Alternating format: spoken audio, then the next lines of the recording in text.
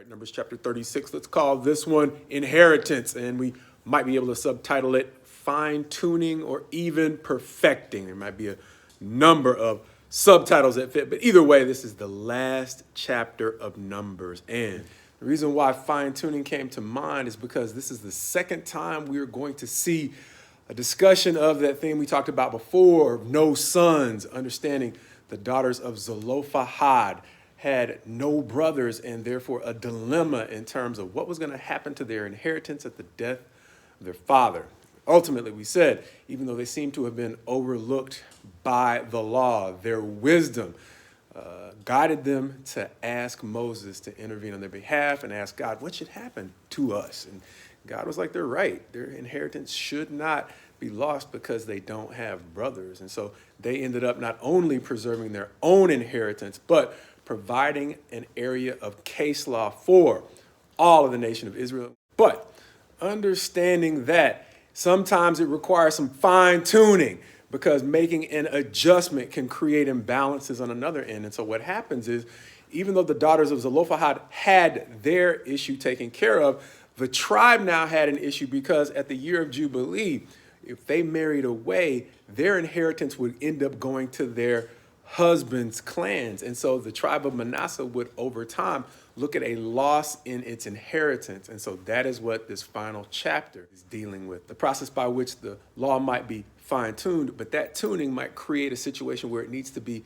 dialed in even more accurately to create a more perfect justice, which in some ways might beg the question, well, why couldn't God get it right the first time? Well, he probably could, but there are times when he simply allows us to go through things so that we can understand the process of getting a blessing without simply thinking it's always going to be handed to us. But moreover, it helps us to understand something about Jesus's character. See, because 1 Corinthians 10 is going to let us know that he was with them throughout this entire process.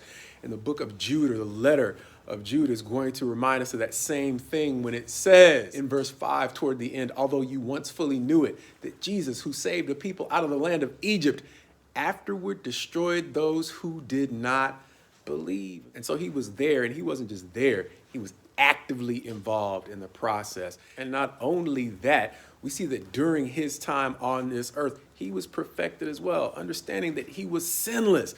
But look at it this way, a child can be sinless, but a child is not perfected for running a major Fortune 500 company. And so its innocence does not qualify it for higher levels of responsibility. Likewise, when we see Jesus, we see him described as sinless, yet being perfected during his time on this earth. Understanding in Hebrews 2, it's going to say, for it was fitting that he for whom and by whom all things exist, in bringing many sons to glory, should make the founder of their salvation perfect through suffering. It's going to go on in chapter 5 to say in verse 8, although he was a son, he learned obedience through what he suffered. And being made perfect, he became the source of eternal salvation to all who obey him.